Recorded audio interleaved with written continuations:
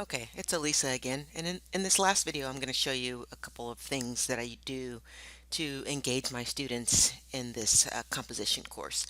So this is an English 101 freshman composition course, and when students go into the modules, one of the things I like to do is for the reading, I like to just require that they at least open the page and mark it done. So here you can see that in the module that I created, I can go in to edit this module, and then I can pull up any of the assignments and determine what it is that students must do to be able to complete this module.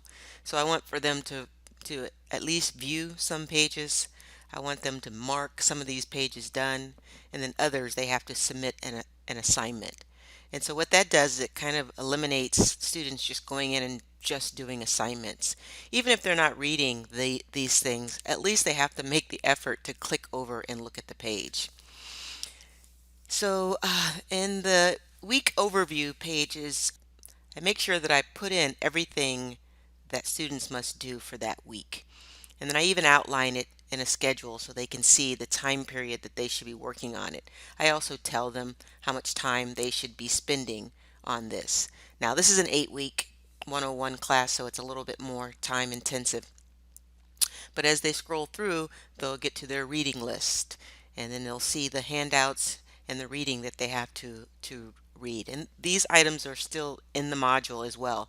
So when you click over, I'll show you in a second, you'll be able to see all of these things in that manner as well. And as they scroll down, these are their lessons and then the assignments. So what I mean by that is when I go over into modules, the students will be able to see the week 1 overview, and all of those links that were on that page are all here. So there's a little bit of accountability and engagement where students have to at least go in and look at some of these pages if they're not reading them. And I'm really hoping that they're reading the stuff. Okay, so a couple things. Now I'm able to use a publisher product to help me with some of these engagement issues that you might have. So in this case, this lesson is an LSA, Learn Smart Achieve from McGraw-Hill. And when students click on that, I'm just going to save us some time, it takes them over into McGraw-Hill and they will see this lesson. And this lesson is really neat because it's grammar and the students are practicing their grammar. Let's start learning. And so what it does is it gives them immediate feedback. And this is really engaging. Students like this, but they are given questions that they have to answer, and they, pick some answers, and they either say, I know it, I think so, I'm unsure, I have no idea. And then when they click that, they get a response. And so it tells them that, hey, you got this one right, you got this one wrong. This one was also correct, but you didn't select it. And if you don't understand the reasoning, see how it gives the rationale for why it was correct, why it was incorrect underneath. And if the student is confused, they can go over and get some more instruction on that. So they click on this slide strip, and then the slide strip will give them some areas of study that they can refresh their memory on what they should learn. And once they've gone through that, they'll go back to the lesson, say okay, and then they move on to the next question.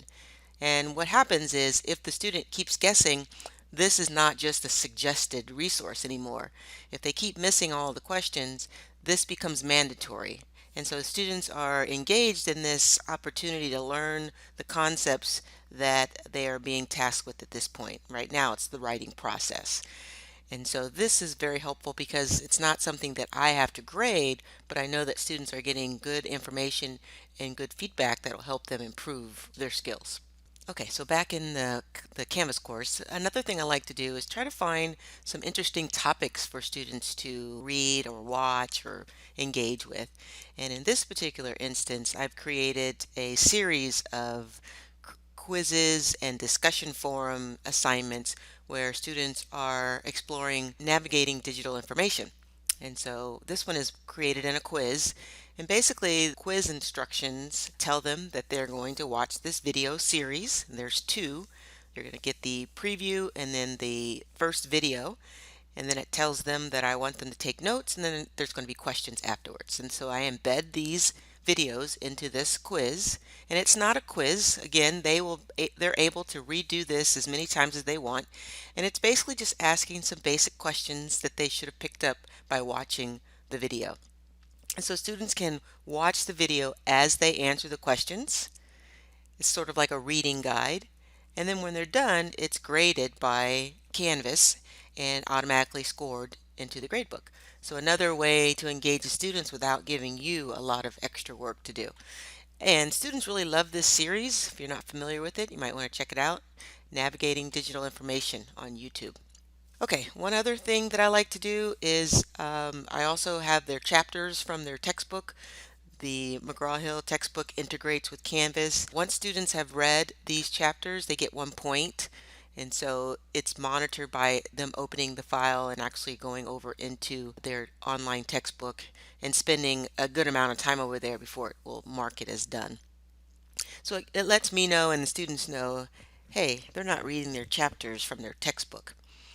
All right, one last thing I mentioned above with the series about navigating digital information, I use those also in discussion forums. And so basically I will embed the video.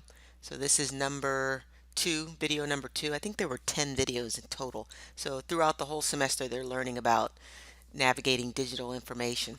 And so here I give them some questions to discuss within this discussion forum, and then they will watch the video, and then down below they will engage with each other on this video.